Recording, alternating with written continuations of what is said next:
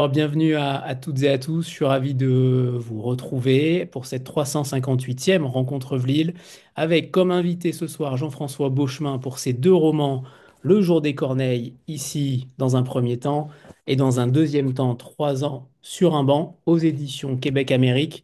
Alors le premier, Le Jour des Corneilles, est sorti il y a déjà bien longtemps et a eu un immense succès.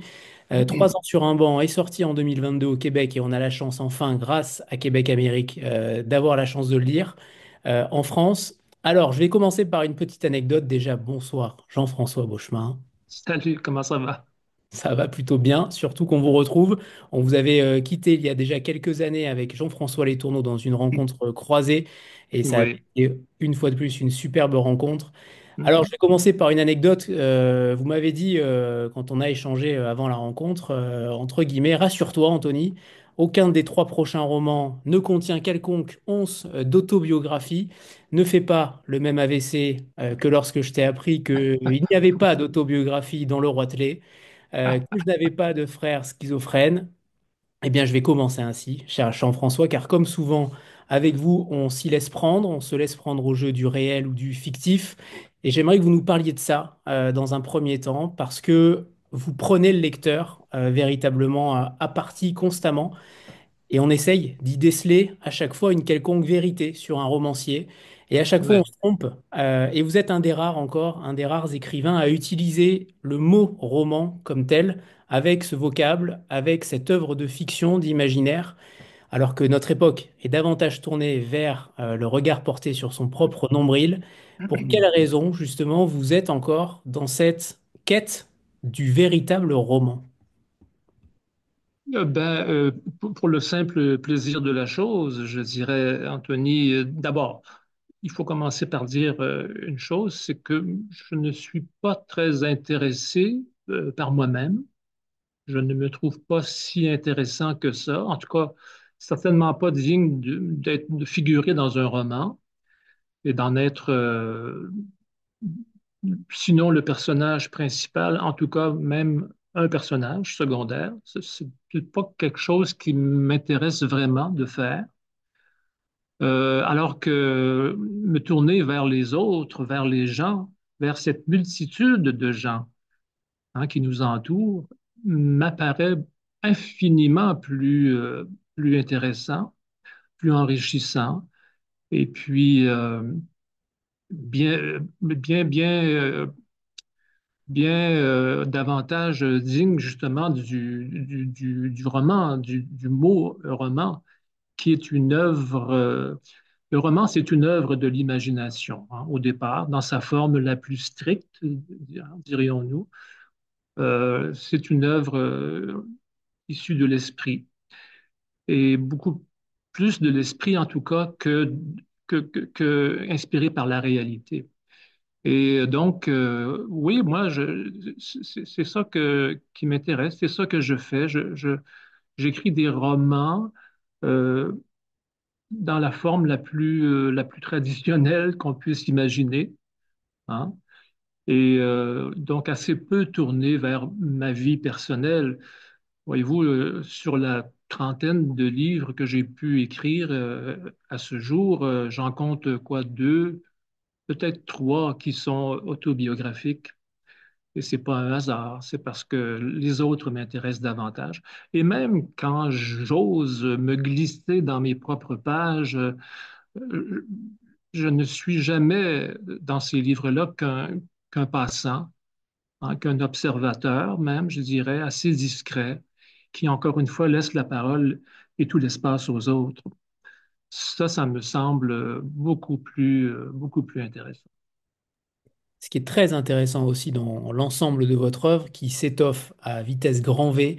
On Oui. a à chaque fois en France hâte de découvrir le nouveau Jean-François Beauchemin. C'est ce que je vous disais en amont. Je coche toujours cette case dans le calendrier annuel. Mais Mhm. je trouve qu'à chaque fois, il y a une réinvention du roman. Chaque livre, si vos thématiques sont plutôt souvent communes, propres à l'identité, à la famille et à tant d'autres, à la maladie notamment, Ouais, il y a j'ai toujours. quelques obsessions, hein. Oui, Ça c'est voilà. sûr. Les thématiques sont communes, mais en même temps, à chaque fois, vous vous réinventez. Ce n'est jamais le même livre, et c'est ça qui est encore une fois extrêmement intéressant. quel canal, comment vous choisissez finalement la structure du récit? On constate que dans 3 ans sur un banc, ce sont des chroniques. On en parlera tout à l'heure évidemment longuement. Dans Le Jour des Corneilles, c'est le langage qui va prendre la place, une des places principales de la quête de ce jeune garçon. Oui. Comment vous choisissez tout cela? Comment vous choisissez quelle histoire appelle la structure? Bien, alors, ma réponse va peut-être vous étonner, peut-être aussi vous décevoir, puisque je vous dirais que, à vrai dire, je ne réfléchis pas beaucoup à ça. Je ne m'assois pas le matin en me disant, ça y est, je vais écrire un roman structuré de telle ou de telle façon. Voici un roman dans lequel le langage sera mis de l'avant. Voici un roman où bon, il y aura telle ou telle thématique plutôt que telle autre. C'est pas comme ça que je fonctionne. Je suis, je dirais, un écrivain euh, plutôt instinctif, c'est-à-dire, pour parler très concrètement, que voilà, je m'assois à ma table et puis je commence à écrire, tout simplement. J'écris. Et puis, à chaque jour, comme ça, et puis au bout de quelques temps, quelques semaines peut-être, au fil des pages accumulées, là, je commence à réfléchir à la structure et à cet objet que je suis en train d'inventer, de créer. Et là, forcément, m'apparaît une question à laquelle il faut répondre tôt ou tard, savoir est-ce que ce que je suis en train de faire, c'est un roman? Est-ce que c'est de la poésie? Est-ce que c'est une nouvelle? Est-ce que c'est un truc autobiographique? Dans mon cas, c'est assez rare, mais enfin. Alors, ce genre de questions-là apparaît assez tard, finalement, dans tout le processus de création. Euh, je le répète, ce qui importe pour moi et ce qui prime, c'est l'écriture. C'est le travail de l'écrivain, de l'écriture, qui décide de tout, au fond. Hein. C'est selon ce que j'aurai écrit et de la façon dont je l'aurai fait que va naître le genre, va naître la nature, va se préciser la nature du livre à venir. Roman, nouvelle, je ne sais trop. Alors, vous voyez que je suis pas si méthodique que ça, moins que vous ne le croyez, je pense. Je n'ai pas cet esprit-là, très, très, justement, très structuré, très organisé, très planificateur. J'ai des collègues écrivains qui le sont et qui font ça très, très bien, qui, eux, fonctionnent avec un plan préétabli, par exemple, et qui suivent à la lettre ou presque ce qu'ils décident à l'avance et qui, de cette façon, d'ailleurs, savent très, très bien où ils s'en vont. Mais moi, je ne sais jamais où je m'en vais. C'est tout juste si je sais j'arrive. Alors, je suis dans une espèce de doute, d'incertitude, oui, j'allais dire de, oui, de vagues, de flou. Mais curieusement, par un curieux travail d'alchimie peut-être, je ne sais pas comment expliquer ça, il arrive un moment où tout ça se place, tout ça trouve son sens et tout ça s'organise, un peu comme un système planétaire qui, au fil des millénaires, passe de l'état gazeux à l'état solide, à l'état de système, justement, avec des planètes et des lunes qui gravitent les unes autour des autres, des soleils et tout et tout.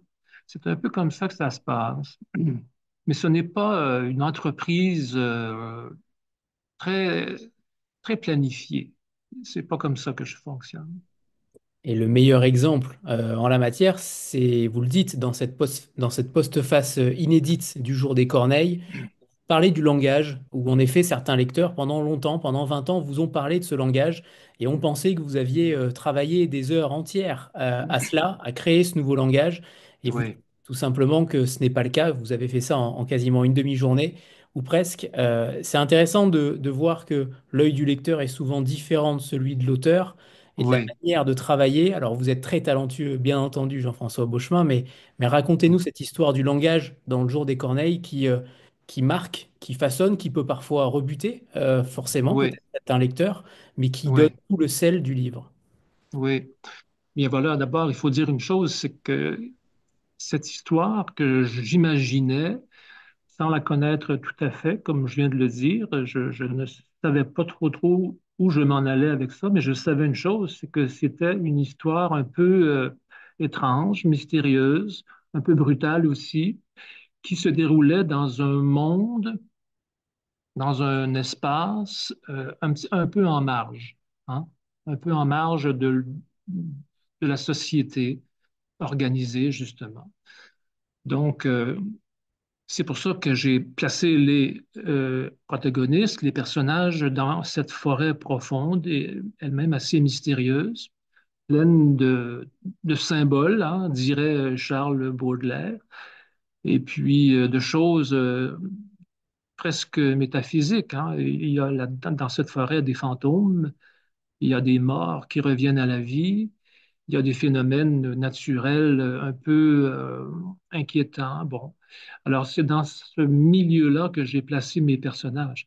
Alors, ayant créé cet espace-là, ce décor-là dans lequel les personnages allaient vivre, j'ai pensé qu'il me fallait du coup aussi leur donner un langage approprié, en accord avec cette espèce de monde parallèle, hein, dirions-nous.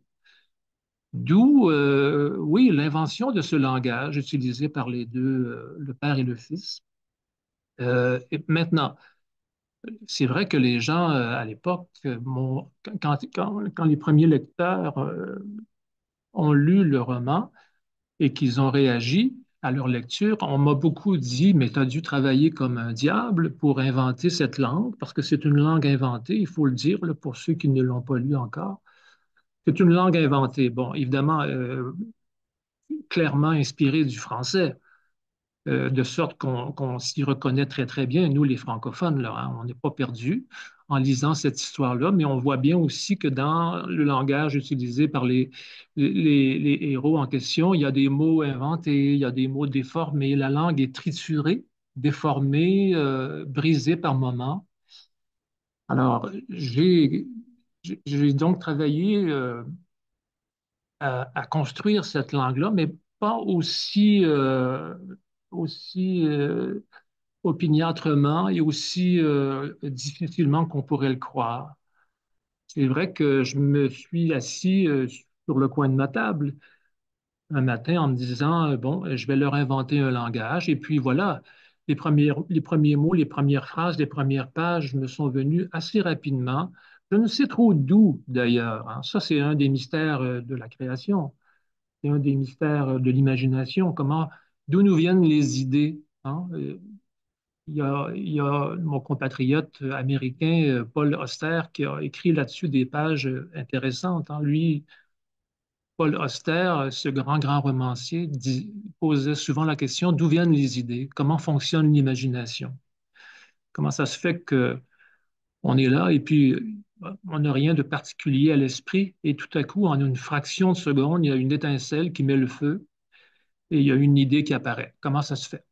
Je ne sais pas moi-même, mais toujours est-il que la langue que j'ai créée avec le jour des corneilles, pour le jour des corneilles, c'est un peu comme ça qu'elle est née, d'une étincelle que je ne m'explique toujours pas 20 quelques années plus tard. Et toujours est-il que l'étincelle a eu lieu.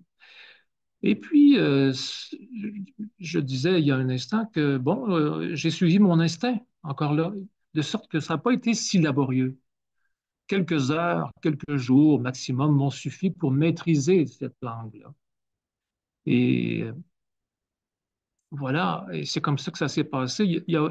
C'est à la fois très mystérieux et très simple, hein. J'ai inventé une langue, et puis, mais c'est de l'invention, puis ça n'en est pas, hein. En même temps, j'avais l'impression de connaître déjà cette langue-là, surgie de mon esprit.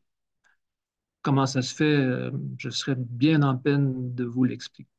Une piste quand même pour le jour des corneilles, c'est ce film Un homme d'exception de Ron Howard en 2001, Oui, qui oui, clairement vous met le oui, pied à l'étrier, notamment sur la matière cinématographique Oui. de l'ambiance. Et il y aura peut-être un lien aussi avec le roi Télé, puisque Russell Crowe est schizophrène.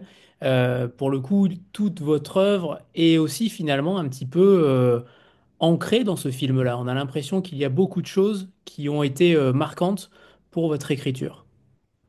Il faut dire une chose, c'est que j'ai toujours été, d'aussi loin que je me souvienne, fasciné euh, d'abord par le fonctionnement de l'esprit. Hein. On en parlait il y a un instant, comment naissent les idées, comment elles se développent, comment fonctionne l'imagination, comment, bon, la vie spirituelle, par exemple, la vie même, ce qu'on appelle la vie intérieure, qu'est-ce que c'est que cette chose?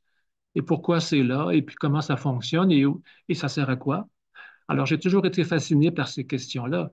Maintenant, et donc, si je m'intéresse tant à l'esprit, je m'intéresse aussi à ses défaillances, à ses maladies. Et je ne sais trop pourquoi, mais oui, la schizophrénie, la folie, je dirais, pour appeler un chat, là, ce sont des trucs qui m'ont toujours intéressé, même si ce ne sont pas des choses qui sont proches de moi. Moi, je pense que je suis plutôt sain d'esprit. Enfin, on saura me le dire. Et puis, autour de moi, il n'y a pas de gens, il y a pas de gens non plus qui sont malades de l'esprit. Ce qui fait que, encore une fois, c'est pas un truc autobiographique, mais n'empêche que cette matière-là m'intéresse, au point de vouloir en écrire en faire des romans. Ça a été le cas pour Le Jour des Corneilles, pour Le Roi Tellet, c'est vrai, et dans d'autres aussi. Alors, et puis c'est vrai que quand j'ai vu le film de Ron Howard, Un homme d'exception, dans lequel Russell Crowe joue le rôle d'un schizophrène, d'un homme, au fond, à cheval entre deux mondes, hein, le monde normal et puis celui que son esprit malade lui invente, je me suis dit, mais voilà une idée de roman formidable. Et c'est pour ça et c'est de ça, en fait, qu'est né Le Jour des Corneilles. C'est de cette idée, c'est de cette question que je me suis posée. Comment arrive-t-on à vivre comme ça, entre deux mondes, ou dans deux mondes à la fois?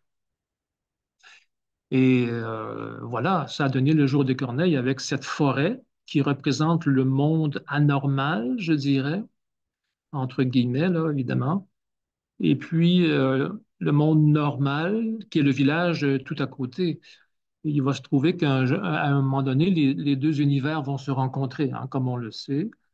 Les deux héros sauvages, les deux sauvages vont devoir quitter leur abri forestier parce que le père a besoin de soins et donc ils vont devoir se rendre dans ce village symbolisant le monde normal. Et là, il y aura cette espèce de clash, hein, comme on dit ici, ce choc très fort entre deux mondes, entre deux façons de penser, de voir les choses, de les vivre. Et c'est là qu'est le cœur, je pense, du jour des Corneilles. Et puis de l'autre côté, on a 3 ans sur un banc et j'aimerais véritablement savoir ce qui a déclenché cette écriture. Alors, pour ceux qui vont le lire, clairement, je ne sais pas si je dois le dire ou pas, mais je vais pas le dire. Pour le coup, dans 3 ans sur un banc, il y a un personnage qui donc, pendant 3 ans, écoute des hommes, des femmes raconter leur histoire, parfois improbable, parfois anecdotique, parfois drôle, parfois extrêmement émouvante. Il va les Oui. écouter pendant 3 ans. Tout pense à croire que c'est vous sur ce banc-là. Qu'en est-il de la genèse finalement de ce roman-là? Qu'est-ce qui s'est passé dans l'esprit de Jean-François Beauchemin pour créer un univers aussi vaste? Eh bien, justement, ça part d'un élément non pas autobiographique, parce que c'est trop insignifiant pour ça, je pense, c'est trop minime pour parler d'autobiographie, mais n'empêche que ça part d'une expérience que j'ai vécue. Une expérience, c'est un grand mot, mais enfin, un jour, j'étais assis sur un banc, moi-même, ça c'est vrai, un banc de parc, et puis je regardais, j'observais les gens circuler, certaines personnes aussi venir s'asseoir à l'autre bout du banc sur lequel j'étais. Et m'est venue cette question. Je me suis dit, voilà autant d'univers hein, euh, inconnu et sûrement fascinant. Hein, tous ces gens qui circulent, qui viennent s'asseoir, qui passent, qui reviennent, bon, absorbés dans leur monde. Je me suis dit, mais c'est comme une constellation, hein, d'esprits, de rêves, de songes, d'espoir, de chagrin, de joie qui s'entremêlent. Et je me suis dit, bah, alors ça a été l'idée de départ, le point de départ de 3 ans sur un banc. Je suis rentré à la maison et je me suis dit, imaginons que tous ces petits univers se rencontrent. Comment faire ça? Eh bien, j'ai imaginé justement un homme assis sur un banc et cet homme, on peut le dire, je pense, ce n'est pas moi, mais j'ai imaginé un homme assis sur un banc à intervalles réguliers, de façon régulière. Dans 3 ans sur un banc, il se trouve que l'homme en question va s'asseoir une fois par semaine pendant 3 ans sur le même banc. Et ce qu'il fait donc, c'est qu'il attend que quelqu'un, homme, femme ou enfant, vienne s'asseoir sur ce même banc et il lui pose la question, toujours la même, avez-vous une histoire à me raconter? Et si possible, une histoire un peu étrange, mystérieuse, qui défie un peu le bon sens. Et dans une vie, ça nous arrive à tous, hein, de vivre des choses étonnantes qui ne sont pas censées arriver. Alors, c'était ça l'intérêt pour moi de procéder comme ça. Alors, voici donc, avec 3 ans sur un banc, une collection de témoignages, d'incidents, d'expériences, parfois minimes, hein, presque rien, et comme vous le disiez, parfois cocasses, parfois dramatiques, peu importe. Mais voici en tout cas réunis là un ensemble de témoignages, témoignant justement de ce que c'est que l'humanité, hein, dans sa variété infinie, dans son infini, ouais, dans sa variété infinie de sentiments, d'idées et tout et tout. Et donc, l'homme en question, assis sur son banc, a écouté pendant 3 ans ces gens lui raconter leurs histoires et il en a fait donc un assemblage. Et ça a donné 3 ans sur un banc que je présente, moi, l'auteur, comme étant ma propre initiative, ma propre expérience, comme si c'était moi qui s'étais assis là sur un banc à écouter les gens, mais ce n'est pas le cas. Encore une fois, je n'ai pas fait ça, mais j'en ai eu l'idée en tout cas.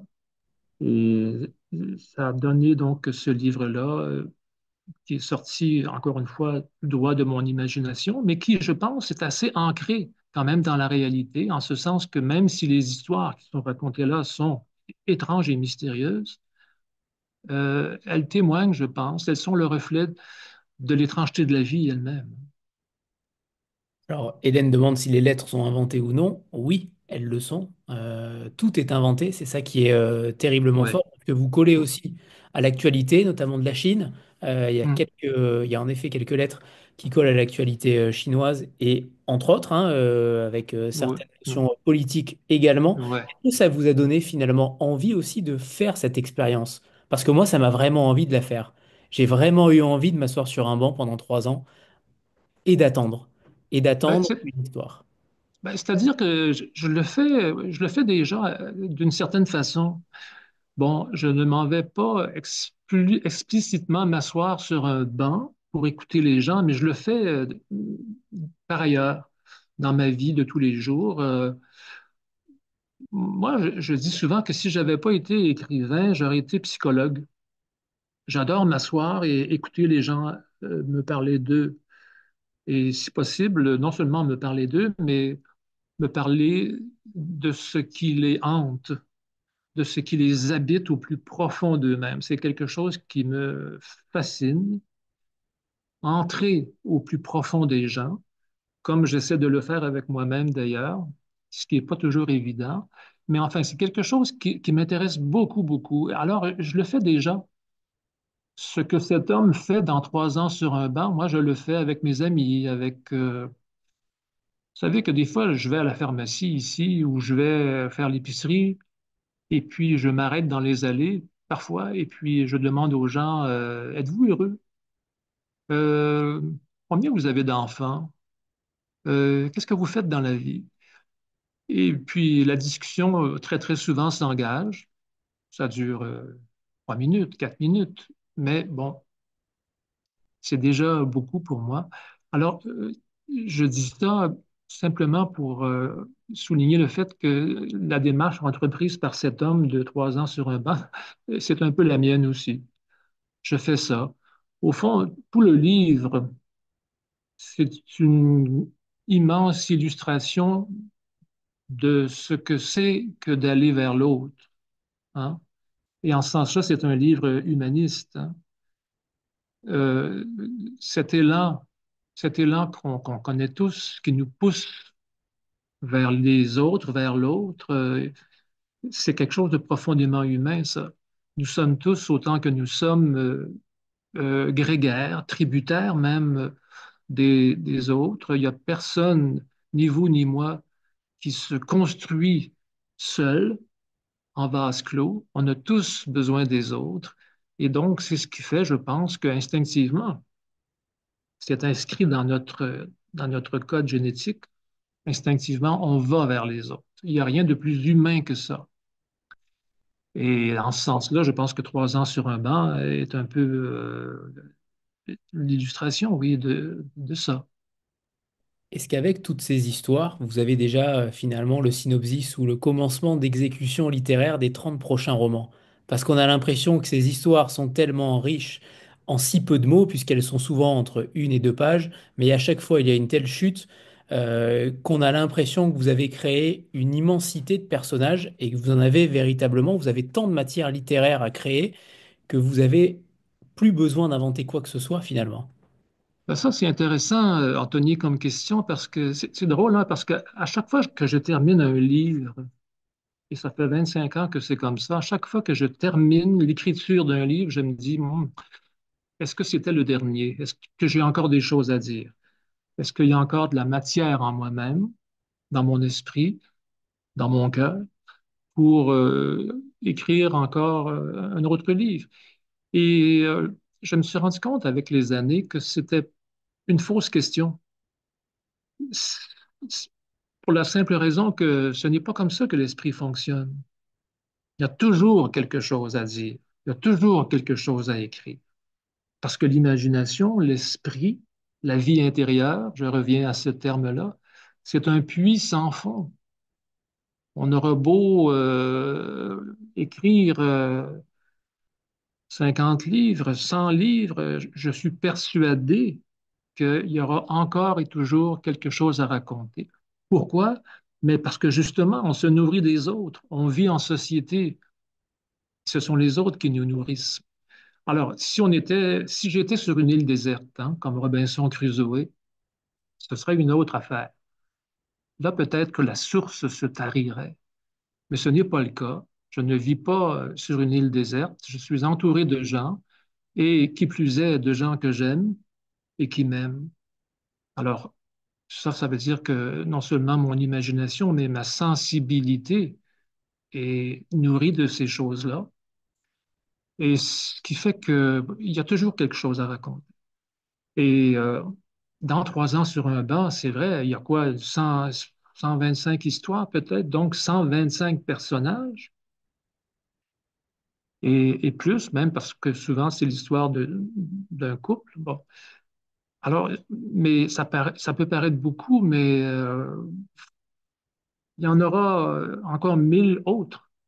Je suis convaincu de ça dans l'avenir. Si on me prête, bien sûr, les facultés intellectuelles pour le faire, parce que, bon, comme tout un chacun, il peut arriver que je subisse un AVC et puis que je ne suis plus capable d'écrire. Ça serait une autre histoire. Mais sinon, tant que je serai en santé mentale, moi, je pense que le puits ne se tarira pas. Je ne verrai pas de mon vivant le fond de ce puits-là, du puits de l'imagination.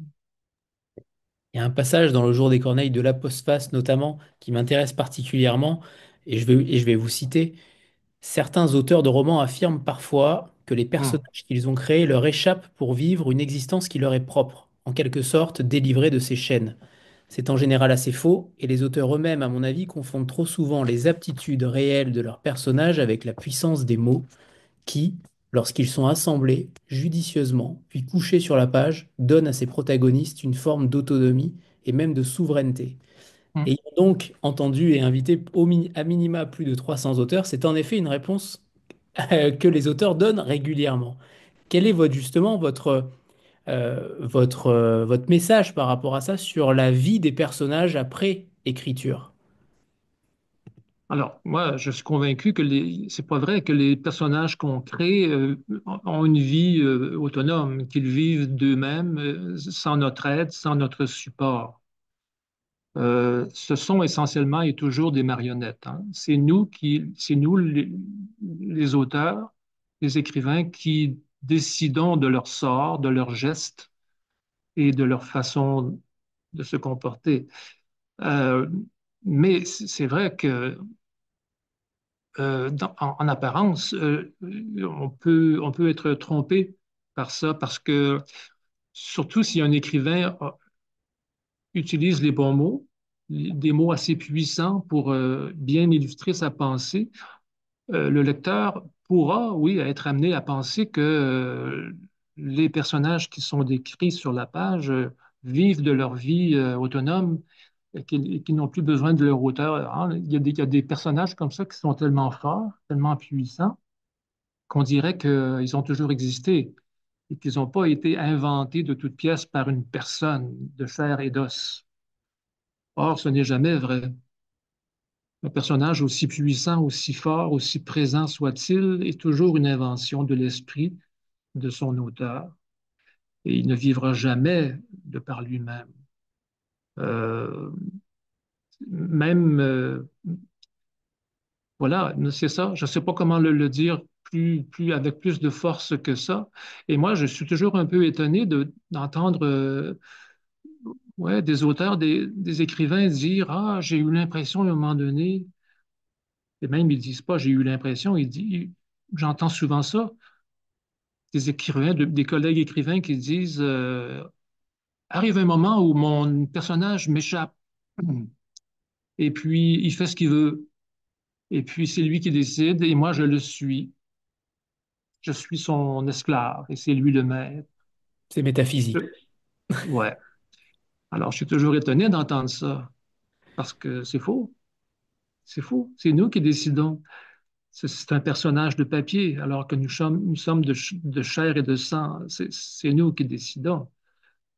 Mais c'est fascinant parce que ça veut dire que l'écrivain qui affirme le contraire sous-estime la puissance de ses propres mots.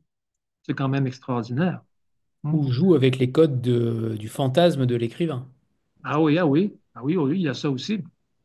Mais moi, je pense qu'il ne faut pas sous-estimer, et c'est la grande conclusion à laquelle j'arrive et que je tente de vous expliquer peut-être maladroitement, mais je pense qu'il ne faut jamais sous-estimer la force des mots. Des mots, pas juste dans les romans, pas juste en littérature, mais des mots bien choisis peuvent tuer quelqu'un. On le sait, ça, hein? Il y a des gens mal intentionnés qui maîtrisent avec une force extraordinaire le langage et qui se servent de ça pour détruire les gens autour d'eux. On a vu ça. Et à l'inverse, heureusement, il y a le contraire. Il y a des gens qui se servent des mots pour guérir. Alors voilà, il faut choisir son camp, je présume, là. Mais ce que je veux dire par là, c'est que les mots ont une force insoupçonnée et c'est ça qui est à l'œuvre dans les romans et surtout dans les grands romans.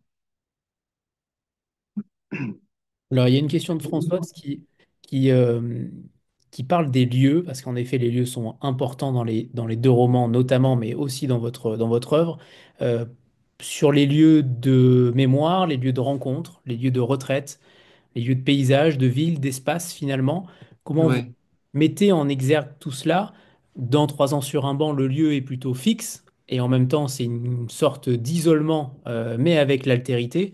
De l'autre côté, dans le jour des Corneilles, le lieu est extrêmement important puisque c'est cette forêt qui happe finalement toutes ces âmes. Comment vous traitez cette matière de la localisation, la matière géographique? Euh, Encore une fois, c'est pas une question à laquelle je réfléchis beaucoup.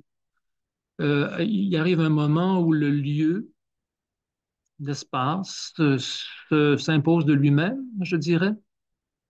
Euh, Dans le cas du jour des Corneilles, par exemple, je savais, comme je disais tantôt, que je voulais camper ces deux personnages-là dans un endroit un peu à l'écart du monde. Je me suis dit, je me suis demandé quel lieu sur Terre pourrait le mieux illustrer ça. Et puis, assez rapidement, l'idée de la forêt s'est imposée. Mais c'est pas quelque chose encore une fois, qui est planifié de beaucoup d'avance et qui est calculé et puis qui est minutieusement organisé. Je dirais ça arrive en fonction de l'esprit des personnages. Parce que pour reprendre l'exemple du jour des Corneilles, cette forêt profonde et inquiétante et euh, remplie de fantômes, c'est une métaphore, hein. C'est la métaphore de l'esprit de ces deux personnages-là. C'est comme s'ils vivaient au fond en eux-mêmes, hein, à travers cette forêt inquiétante. Et c'est toujours un peu comme ça que ça fonctionne. Les lieux où je dépose mes personnages sont à l'image, au fond, de leur esprit, hein. Et est-ce que ça change votre manière d'écrire? Est-ce que ça change votre manière d'observer le monde?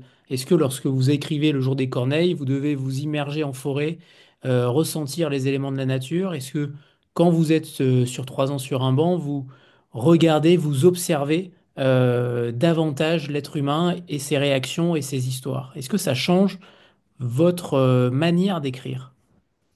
Je pense que non. Je pense que non. Ce qui décide de tout, je reviens là-dessus, ce sont les mots. Ce sont les mots ce sont les mots qui, jusqu'à un certain point, forgent mon regard et alimentent ma façon d'observer le monde. Alors, très souvent, le mot va précéder l'idée. C'est très curieux à dire, hein, mais oui, je vais écrire un mot ou enfin une phrase, et puis de cette phrase-là va naître un lieu, un décor, une scène. Mais c'est le mot qui a allumé le feu, là. Vous voyez?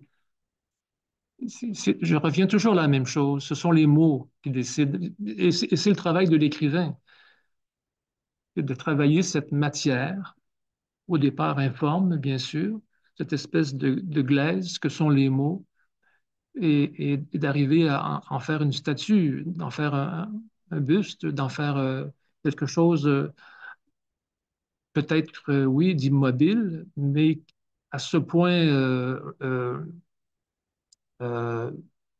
convaincant qu'elle nous paraît vivante, hein, la statue. C'est le travail de l'écrivain. Et pour ça, ben, il faut travailler les mots, essentiellement, beaucoup plus que l'atelier dans lequel on travaille, hein. Ce sont les mots, comme pour le sculpteur, c'est la glaise qui décide de tout, beaucoup plus que le local qu'il a loué pour se mettre au travail. Est-ce qu'on peut voir finalement une sorte de rédemption ou de contrepoint entre 3 ans sur un banc et comparativement à la noirceur du jour des Corneilles? C'est vrai que les deux romans ne se ressemblent pas et en même temps on a l'impression qu'il y a quelque chose qui s'attache entre eux, une sorte de lien invisible, inconscient peut-être, mais en tout cas on a l'impression que alors, je précise quand même que Le jour des Corneilles est extrêmement sombre, mais en même temps, il y a deux très belles histoires d'amour Hmm. Deux histoires extrêmement puissantes qui font aussi contrepoint avec la noirceur de ce pseudo-conte. Mais Oui. finalement, est-ce que ces deux romans se répondent pas, finalement, 20 ans après, l'un et l'autre? Ah oui, mais là, ça, c'est peut-être la question la plus intéressante, Anthony, que vous posez là, parce que, enfin, c'est l'histoire de ma vie. Moi, je dirais qu'à peu près tous les livres que j'ai écrits s'appellent et se répondent. Et il se trouve que dans les uns, on, oui, on pose des questions, et dans les autres, on répond à ces questions-là. Et la question, je dirais, sous-jacente qui se pose le plus souvent dans mes livres, c'est qu'est-ce que l'amour? Où est l'amour? À quoi sert l'amour? Et que faire pour que l'amour advienne? Et alors, dans Le Jour des Corneilles, et c'est peut-être ce qui fait son côté sombre, on pose la question. On n'y répond pas, malheureusement. Et le fils Courge, tout au long, pose la question, mais papa m'aime-t-il? Et si oui, où est cet amour que je ne vois pas? Et dans 3 ans sur un banc, ou dans Le Roitelet aussi, que j'ai publié il y a quelques années, ou dans Le Vent léger, qui l'a- qui a suivi, on répond à cette question-là. Où est l'amour? Où est l'amour? Comment se manifeste-t-il? À quoi sert-il? Eh bien, dans Le Roitelet et dans Le Vent léger, on a la réponse à cette question-là. Alors, voyez-vous, c'est ça que je veux dire, c'est que, et là, on a pris l'exemple du Jour des Corneilles et du Roitelet et de 3 ans sur un banc, mais c'est vrai pour à peu près tous les livres que j'ai osé publier, c'est que tous euh, se parlent et puis il y a une espèce de grande discussion, au fond, qui les lie et souvent autour de grandes questions de ce genre-là, mais surtout autour de la grande question de l'amour. Et là, je dis ça et j'ai un peu peur parce que ma grande, je tremble à l'idée qu'on me prenne pour une espèce de, qu'on prenne ça pour de la sensiblerie, hein.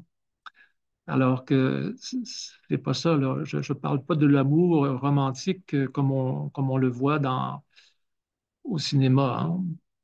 Je parle de l'amour comme force vitale et comme moteur et comme raison d'être. C'est ça qui anime d'ailleurs la majorité des personnages que j'invente. C'est ce qui les anime, c'est ce qui les fait avancer, c'est ce qui les pousse en avant. Et quand ils n'ont pas cet amour-là, quand ils sont privés de cet amour-là, eh bien, très souvent, ils meurent, ou en tout cas, ils dépérissent. L'autre thématique que je vois rarement associée à votre œuvre, c'est celle de la survie. J'ai l'impression que les deux romans aussi, et votre œuvre en général, explorent ce thème de survie, alors parfois physique et primitive pour Le Jour des Corneilles, et en même temps psychologique, sociale, pour 3 ans sur un banc. On a l'impression que tous vos personnages sont souvent en quête d'une survie. Est-ce que je me trompe? Non, au contraire, je trouve extraordinaire votre clairvoyance, Anthony. C'est très, très juste. Et c'est très rare aussi qu'on me parle de ça. Et j'en suis d'autant plus étonné que c'est au centre de mon, de mon œuvre, cette idée de la survie. Très souvent, d'ailleurs, je mets en scène des survivants. Et là, je vais peut-être contredire un peu ce que je disais au tout début de notre entrevue, à savoir que je n'écris jamais de choses, ou presque jamais de choses autobiographiques. Mais là, ici, à ce moment-ci de la discussion qu'on a, vous et moi, je dois avouer quelque chose, vous raconter quelque chose. C'est que cet élément-là, cette idée-là de la survivance, elle est liée de très près à mon histoire personnelle. Et alors, sans entrer dans les détails, parce on y passerait la soirée, mais je dirais quand même que moi, j'ai vécu dans ma vie une grande, grande expérience, une profonde expérience de maladie qui m'a presque tué à une certaine époque, qui m'a plongé pendant un certain temps dans un coma profond. Euh, Ça a été très difficile. Mais bon, j'ai survécu justement à tout ça. Je me suis éveillé un jour et puis je suis revenu à la vie avec les transformations qu'on peut imaginer, n'est-ce pas? Et je pense que ça a teinté toute mon œuvre. Oui, parce que ça a teinté toute ma pensée et toute ma sensibilité. Alors, et je pense, pour cette raison-là, en raison de cette expérience fondamentale, fondatrice même que j'ai vécue personnellement, qu'il y a, oui, au cœur de mes livres, cette idée que devant le malheur, devant l'épreuve, devant même la mort, euh, il y a toujours cette idée d'une survie, cette idée que la vie triomphe du malheur, de l'épreuve et parfois même de la mort. Et là, je dis ça avec prudence parce que je ne veux pas entrer dans des questions d'ordre religieux et puis, bon, je ne crois pas particulièrement à la résurrection et à la vie après la mort, là, et puis pas plus qu'en Dieu et bon, et tout ça, mais quand je parle de survie après la mort, bon, vous comprendrez que c'est une métaphore, encore là, hein. Moi, je pense que au cours d'une vie humaine, on meurt à quelques reprises, certainement, devant les épreuves, devant les difficultés. Et il se trouve que on survit, justement, le plus souvent. Alors, c'est de cette renaissance-là dont je parle, pour l'avoir vécu moi-même, peut-être. Alors, oui, votre question est intéressante parce que c'est une de mes préoccupations majeures dans ce travail que je fais. Est-ce que ça a changé? Merci déjà pour cette confession, Jean-François. Mais est-ce que ça a changé votre manière d'écrire, votre manière de voir les choses? Est-ce qu'il y a un avant et un après littéraire à cela? Oui, oui, oui, oui. Ben, ça a tout changé, en fait, hein. Ça a changé, bien sûr, ma façon d'écrire. D'abord, je l'ai dit, ça a changé ma façon de penser, mais pas seulement. Ça a changé ma façon d'aimer, ça a changé ma façon de rêver, ma façon de me comporter avec les autres, de me comporter avec moi-même. Alors, ça a tout changé. C'est venu teinter l'ensemble de ma vie. Et, euh, et le plus beau de l'affaire, c'est que même si ça a été extraordinairement difficile d'émerger de ça, de cette expérience-là, cette série de transformations-là, à la fin, euh, aura fait de moi, m'aura élevé un peu, je pense, aura fait de moi un homme meilleur. Et, euh, et je reviens à la littérature et aux livres que j'écris. Ça aussi, c'est un truc assez central dans mes livres. Il y a presque toujours cette idée chez les personnages que je mets en scène, cette idée de dépassement de soi, d'aller plus loin que soi-même et très souvent à la rencontre d'un autre. Il y a toujours ça. Pourquoi? Mais parce que justement, il n'y a pas de limite, je pense, en nous-mêmes, en la personne. On parlait tout à l'heure du puits sans fond de l'imagination. Ben, c'est un peu la même chose pour l'âme humaine, je pense. Il y a cette idée, il y a cette réalité, je pense, dans l'âme que nous portons tous en nous, n'est-ce pas? Tous et toutes.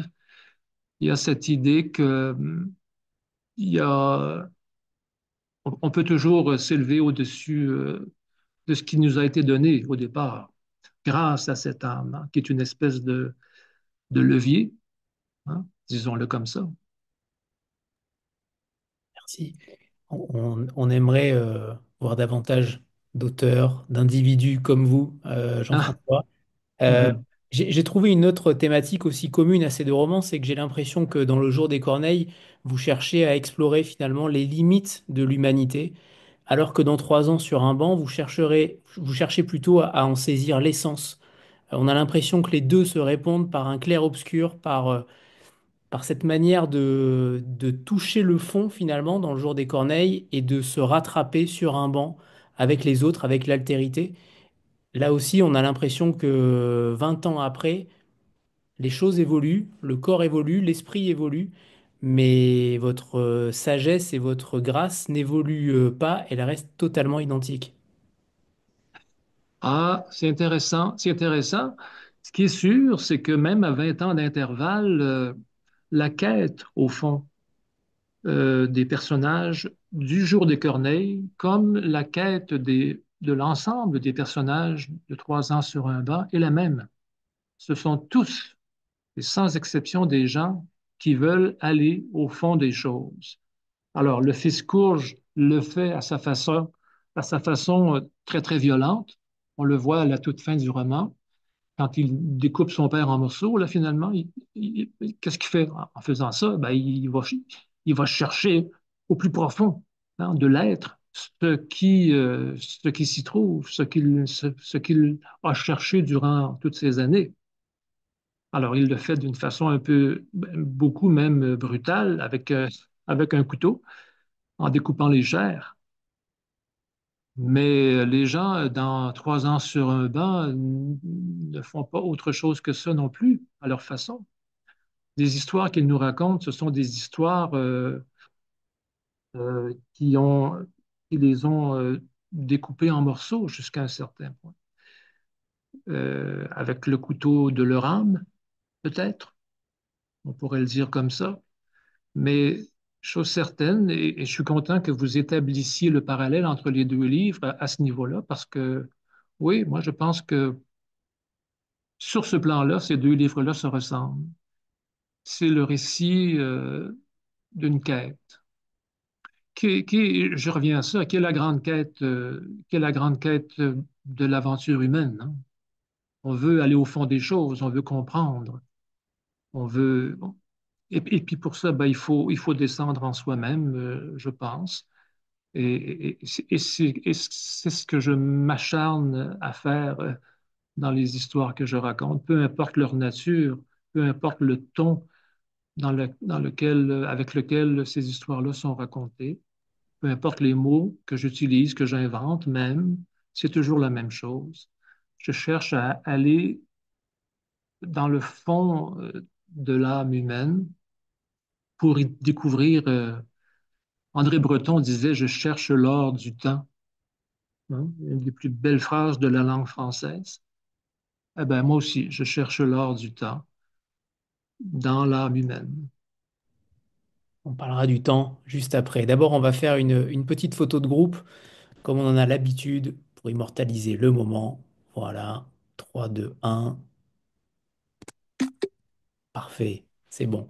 Jean-François, c'est à vous pour nous lire un premier extrait. Ah Alors, oui? choisissez du jour des Corneilles ou 3 ans sur un OK. banc. Pour commencer, c'est à vous. On va commencer, si vous le voulez, avec un 3 ans sur un banc. Alors, une petite histoire très courte qui fait une demi-page. Et puis, c'est le format général des histoires racontées ici, hein. Ça varie entre une demi-page et une page et demie, hein, je dirais. Ce sont des histoires très, très courtes. Alors, voici la première histoire. Ça commence comme ça. Ça s'intitule Superstition. À l'heure précise où je faisais tourner la clé dans la serrure et m'apprêtais à rentrer chez moi, une brique s'est détachée de la façade de la maison pour venir se briser en miettes à mes pieds. Ne rentre pas dans cette demeure, essayait sans doute de me dire l'ange gardien qui, j'en suis convaincu, veille sur moi. Ne rentre pas, le malheur t'attend de l'autre côté de la porte. Mais Dieu sait pourquoi, j'ai ignoré cet avertissement et j'ai franchi le seuil. Rien de particulier ne s'est produit sur le coup, mais le soir, quand est arrivé pour moi le moment d'aller au lit, la maison m'a de nouveau averti. Cette fois, c'est la gouttière qui, au-dessus de ma fenêtre, s'est subitement séparée du toit pour ensuite dégringoler puis s'écraser dans le parterre de fleurs. Ça m'a mise franchement sur les nerfs. J'étais persuadé qu'une catastrophe se préparait. J'ai passé la nuit allongé sous les draps, les yeux grands ouverts, à m'attendre au pire. Quelle force maléfique allait donc se manifester? Mais le lendemain, je recevais par la poste une lettre officielle des travaux publics m'avisant que les opérations de dynamitage et de creusage de la ligne de métro étaient en cours jour et nuit, à peu près à la verticale de ma maison, et qu'il se pouvait que j'en ressente les inconvénients. Alors, c'était un extrait très court de 3 ans sur un banc. Ça, c'est une histoire un peu cocasse, légère, mais il y en a de beaucoup plus graves, parfois même de beaucoup plus tragiques que celle-là. Mais je n'ai pas voulu entrer dans une histoire très, très dramatique parce que je voulais pas attrister personne aujourd'hui. Est-ce que vous voulez qu'on lise un extrait du Jour des Eh ben Corneilles? oui. Allez, Oui. c'est parti pour le jour des corneilles. Autre style, Alors, ambiance. autre style complètement, autre ambiance. Alors, ça, c'est un avertissement que je lance à ceux qui ne connaissent pas le livre. C'est, comme on le dit maintes et maintes fois, c'est une langue particulière, inspirée du français, bien sûr, mais particulière quand même. Je vais vous lire les premières lignes du roman, parce qu'autrement, ma crainte, c'est qu'on sorte un peu du contexte et puis qu'on s'y perde un peu. Alors, ça commence comme ça. Père était fort charnu. Par tous horizons, on n'avait jamais vu bourgeois aussi muscleux. Mais ce qui me laissait le plus étonné était surtout la puissance et le nerf séjournant en ses chairs. Pour exemple, je dépeindrai premièrement un ouvrage des plus curieux que Père accomplit une fois. Par jour de grande gelure, je le vis se fabriquer mitaine de cette manière. Fourrant le bras en une tanière, il grippa tout à coup une paire de marmottes ventrues et enroupillées.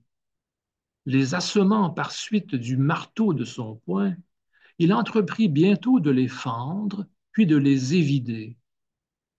Une fois ce videment accompli à l'aide de ses seuls doigts, Père se para les mains des dépouilles et poursuivit son cours, les paumes bien au chaud maintenant.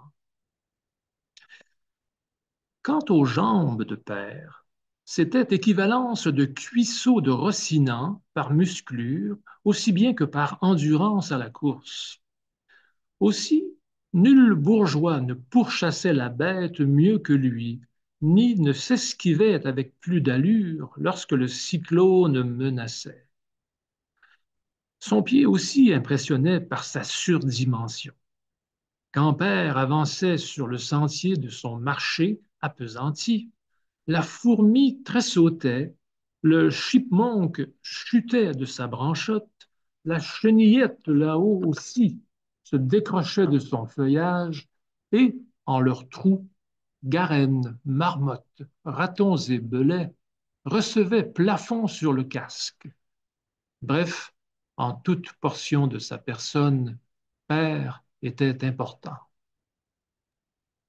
Merci, Jean-François. Et vous le lisez à merveille, hein, vous voyez bien que la langue française est toujours là, hein, ce n'est pas un langage totalement déstructuré. Euh, Il faut dire que c'est un texte que je connais assez bien et oui, pour l'avoir lu c'est pas faux. quelques centaines de fois.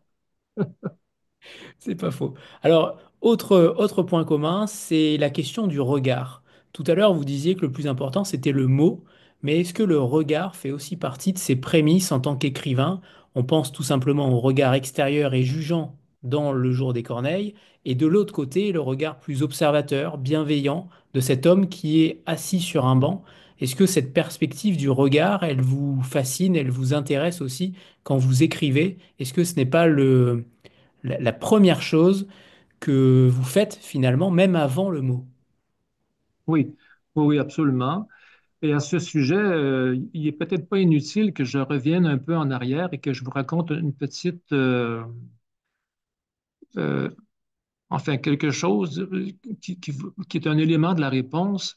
Moi, quand j'avais 16 ou 17 ans, vous savez, à l'âge où on commence à réfléchir à ce qu'on veut faire dans la vie, au métier qu'on veut pratiquer, j'avais donc 16 ou 17 ans et j'hésitais entre deux choses. J'hésitais entre les beaux-arts pour devenir peintre, parce que j'avais un petit talent pour la peinture, et la littérature.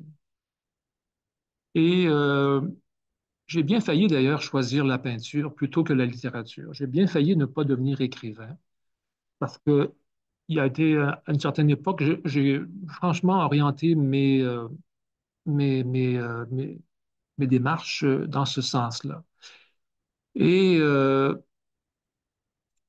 qui me vient à l'esprit aujourd'hui, en écoutant votre question, Anthony, c'est que je me souviens d'une chose que je faisais 1000 fois par jour quand je m'installais euh, pour peindre un paysage, par exemple, ou un portrait, peu importe.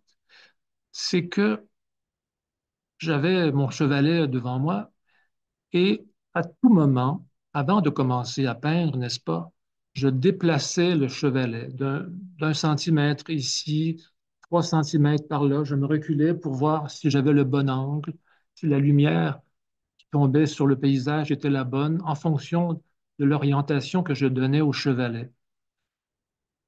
Or, aujourd'hui, c'est la même chose avec mon métier d'écrivain.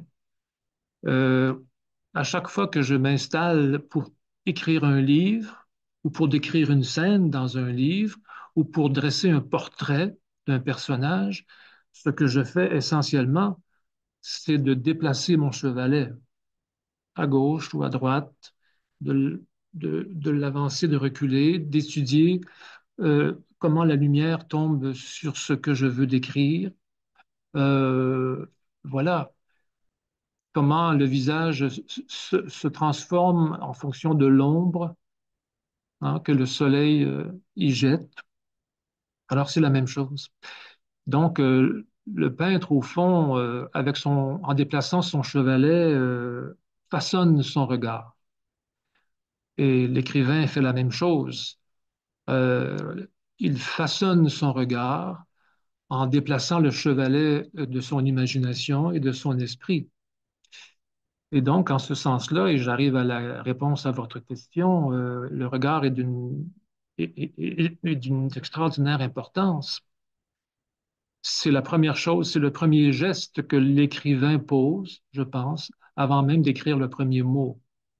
Il teste la lumière, il évalue la profondeur de la perspective, et voilà, il essaie d'exploiter au maximum le jeu des ombres et de la lumière. Et une fois qu'il a trouvé le bon angle avec son chevalet, autrement dit, une fois qu'il a posé toutes les bases nécessaires à bien regarder, eh bien là, il commence à écrire. Et puis on parlait de temps tout à l'heure. Après le regard, il y a le temps.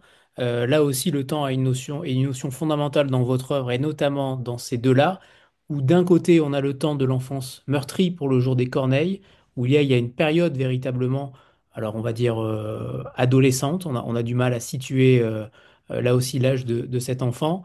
Euh, et de l'autre côté, le temps de l'observation. Le temps actif d'un côté, le temps passif de l'autre. On a l'impression véritablement que vous jouez sur les époques, sur la notion de temps, une notion qui est quasiment impossible à comprendre pour l'être humain peut-être, mais comment cette conception-là, elle influence finalement votre narration?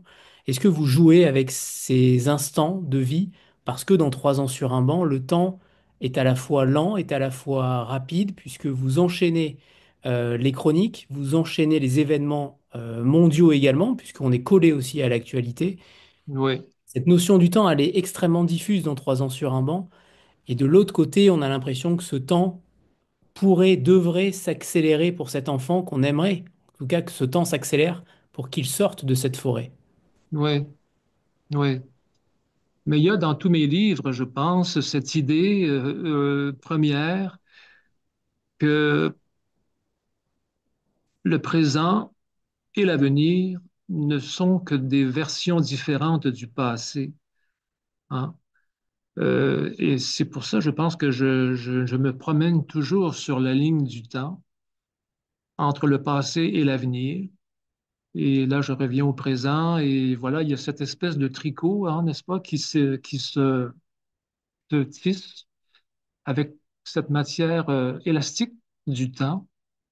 Mais la conclusion à laquelle j'arrive toujours, c'est qu'on est On ne peut pas réécrire l'histoire, on ne peut pas refaire le passé.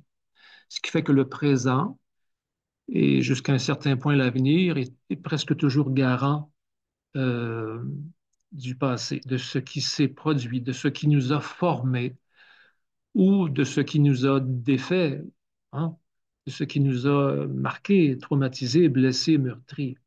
On est toujours, j'aime pas le mot, mais enfin, il faut bien l'utiliser, on est toujours, je pense, prisonnier de notre histoire, de notre passé. Et en ce sens-là, on ne peut pas échapper au temps. Et moi, je pense que dans mes livres, ce que je fais, c'est que je me promène constamment un peu comme une souris dans sa roue, là. Je me promène de l'un à l'autre, du passé à l'avenir, en passant par le présent, en sachant fort bien que je n'en sortirai pas, comme la souris dans sa roue. J'avance, oui, je pédale, mais c'est une roue qui tourne, hein, et je n'en sortirai pas. Et le mieux que j'ai à faire, c'est de m'appuyer sur mon passé, parce que de toutes les facettes du temps, de tous les aspects du temps, c'est la seule qui est fixée à jamais. Et donc, c'est la seule qui me libère de mes incertitudes et de mes doutes. Je m'appuie sur cette espèce d'immobilité, de fixité, si on veut, comme à un mur, et j'essaie de prendre en m'y appuyant, de prendre mon élan pour construire de mon mieux le présent et ainsi peut-être arriver à me propulser dans l'avenir. Mais c'est toujours le passé qui est le socle sur lequel je suis, hein. Et dans mes livres, je pense que c'est ça. Si on lit attentivement, les personnages, c'est ça qu'ils font. Ils sont prisonniers du temps, ils sont surtout prisonniers de leur passé et ils font de leur mieux pour préparer l'avenir, y compris, y compris leur mort, qui est tout au bout de leur avenir. Et Et pour ça, ben, ils s'appuient sur leur passé, sur leur naissance même parfois. C'est pour ça que très, très souvent dans mes livres, la naissance est très proche de la mort, est associée à la mort étroitement. C'est parce que les personnages s'appuient sur leur naissance pour mieux mourir à la fin. Et puis vous questionnez aussi la question, vous questionnez aussi, non, vous questionnez aussi, vous interrogez aussi la question de la normalité. Ça m'a aussi beaucoup intéressé parce que d'un côté, dans le jour des Corneilles, la normalité est clairement visée puisqu'il y a d'un côté deux étrangers qui ne sont pas normaux termes, Mhm. en termes villageois, en termes bourgeois, qui sont donc pointés du doigt. Et de l'autre côté, sur 3 ans sur un banc, la normalité n'existe pas. Il n'y a que de l'anormal finalement, que de l'impalpable, de l'improbable. Vous Oui. questionnez, je trouve, ce rapport à la normalité de manière fascinante et vous ne donnez pas de réponse toute faite finalement. Tout le monde est anormal, tout le monde est finalement Mhm. normal. Il n'y a pas de règle en la matière.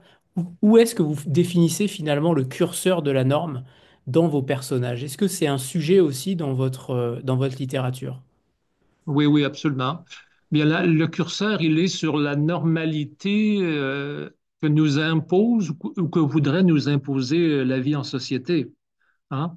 Nos lois, nos règles, notre code moral, notre code d'éthique, notre éthique à tous, cette espèce, oui, de code que nous partageons collectivement, il existe pour justement créer un cadre à l'intérieur duquel il est plus facile de vivre et de s'entendre. Sinon, ce serait le chaos.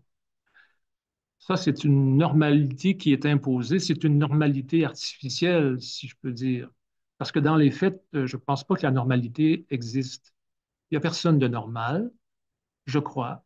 C'est ce que je montre dans mes livres, parfois de façon extrême. Mais on est tous, je crois bien, plus ou moins dans la marge par rapport à cette norme imposée que la vie en commun euh, nous suggère d'adopter, hein. Alors, le curseur, il est là. Moi, je me promène comme ça. Il y a dans mes romans des personnages qui sont très, très proches de cette normalité. Ce sont souvent les plus ennuyeux, d'ailleurs, hein. Ce sont souvent des gens qui s'ennuient eux-mêmes et qui ont un peu démissionné, hein, qui ne trouvent plus le, le sel de la vie. Et alors, si on déplace le curseur un peu dans un sens ou dans l'autre, il y a aussi, côtoyant ces personnages-là un peu désabusés, un peu vidés d'eux-mêmes, il y a ces gens tout à fait passionnés dans mes livres qui vivent en fonction, qui ne vivent qu'en fonction de leurs émotions et de leurs exaltations même, je dirais. Il y a des gens très exaltés dans mes livres. Et de l'autre côté du spectre, à l'autre bout du spectre, il y a ces gens qui sont très cérébraux, qui sont empreints d'une espèce de sagesse. Est-ce qu'elle est enviable? Je ne sais pas trop, je ne suis pas sûr de ça, mais qui n'est pas plus normal, au fond, que l'exaltation de leurs camarades, hein. Alors voilà, oui, c'est vrai que je me promène un peu entre ces extrêmes-là, en sachant qu'au milieu, il y a cette espèce de pivot là, de la normalité, de la, de la normalité qu'on voudrait voir s'appliquer peut-être plus souvent, parce que c'est plus reposant, et puis c'est plus facile à gérer pour, pour les gouvernements, pour les dirigeants, mais pour les patrons. Mais dans la réalité, je pense que c'est très difficile d'être tout à fait normal. Ouais, j'y ai vu aussi une sorte de message politique, Hmm. notamment sur le regard sur la marginalité et l'exclusion. Il y a quand même un véritable message aussi d'espoir. Je crois que Ah oui. le poste vacant en ce moment au Canada vous tend les Ouais. bras, Jean-François. Oui, oui, c'est sûr que moi j'ai un parti pris là, je l'avoue là, j'aime bien les laisser pour compte, j'aime bien les gens qui sont malgré eux malmenés par leur anormalité. Et c'est le parti que j'ai pris dans la vie. Dans le Roitelet, ce frère malade, ben, il a toute mon attention, hein, et il a toute ma compassion. Et puis, dans le jour des Corneilles, le père brutal et violent et en manque total d'empathie et d'humanité même, je le traite comme une bête. Parce que pour moi, c'en est une, en fait. Alors, j'ai choisi mon camp. Dans les livres que j'écris, je prends le parti de ceux ouais, les laisser pour compte et puis on met de côté, hein. Et on peut percevoir aussi deux mots que les auteurs n'aiment pas forcément, étrangement, alors que pourtant le grand Charles Baudelaire en faisait aussi l'éloge. C'est peut-être la mélancolie, la nostalgie. On a l'impression que ces deux termes s'insèrent l'un et l'autre dans votre œuvre Hum. sans aucun côté négatif finalement. On a l'impression que vous arrivez à transposer ces deux termes qu'on pourrait penser plus péjoratifs et en réalité qui sont submergés par votre lumière d'écrivain. Est-ce que ce sont aussi ces émotions qui traversent votre écriture? Est-ce que ces deux émotions vous permettent d'aller plus loin dans la recherche du temps, dans la recherche du passé, dans la recherche du mot juste, dans la recherche du personnage en question? Est-ce que c'est quelque chose qui vous marque? Ah oui, certainement que ça me marque. Mais moi, j'aime bien la nostalgie. Je n'y vois pas ce côté un peu perverti qu'on lui prête. Il me semble toujours que la nostalgie, quand on est envahi par la nostalgie, il me semble qu'on est visité par quelqu'un ou quelque chose de lointain et qui ne nous, dont on s'était éloigné. Euh, et puis, c'est comme si on assistait à des retrouvailles, au fond, quand la nostalgie nous envahit. C'est comme si on retrouvait des gens, des événements euh, révolus, bien classés dans notre mémoire, bien à leur place dans notre mémoire, et qui ne sont malheureusement plus très vivants, très présents. Et là, voilà qu'ils nous reviennent un peu comme un boomerang. Et alors, je ne vois pas ce qu'il y a de mauvais là-dedans. Moi, je repense, mes parents sont morts depuis 25 ans et je repense à eux très, très souvent, de façon très nostalgique, avec une certaine mélancolie, mais c'est extraordinaire parce que je revois leur beau visage tout à coup qui m'apparaît. Et puis, je revois tous les gestes qu'ils ont posés, qu'on a posés ensemble, toutes ces choses qu'on a vécues ensemble, qu'on a traversées ensemble. Alors, il n'y a pas de quoi être triste de ça. Ce qui est triste, évidemment, c'est que je ne peux plus aujourd'hui leur parler et partager avec eux tout ce que je vis et puis tout ce que je pense. Mais il reste qu'on a eu ensemble cette vie-là et c'est extraordinaire. S'il fallait que la nostalgie n'existe pas, on se souviendrait de ça, quoi, avec une espèce de froideur, sans état d'âme, ça n'aurait pas de sens. La nostalgie, c'est un peu la mémoire qui s'émeut, hein? Et j'ai beaucoup de respect pour ça. C'est une dimension de l'être humain, encore une fois, qui est très belle, je trouve. On se souvient des choses avec émotion parce qu'elles n'existent plus, justement, mais elles ont existé, n'empêche. Alors, c'est formidable. On y a accès encore. L'autre notion ou thématique que vous faites émerger, c'est le silence.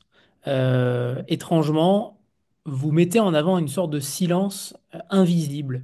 C'est ça qui est très étrange dans votre œuvre, c'est qu'on a l'impression que les silences sont en filigrane, sont en creux, mais ils y sont quand même. Est-ce que c'est le silence, par exemple, pesant de la forêt dans le jour des corneilles, de l'autre côté, le silence de celui qui attend sur un banc, le silence de l'observation, le silence de l'écoute? On a l'impression que ce silence-là, il est à la fois extrêmement invisible et en même temps extrêmement bruyant. C'est peut-être contradictoire, mais je trouve que votre silence, il est bruyant. Oui, ben c'est comme c'est un vide qui est plein. C'est un vide qui est plein de choses. C'est comme la distance séparant deux êtres, parfois qui est pleine de présence. C'est un peu le même principe. Mais c'est vrai que le silence dans mon œuvre est partout, est partout.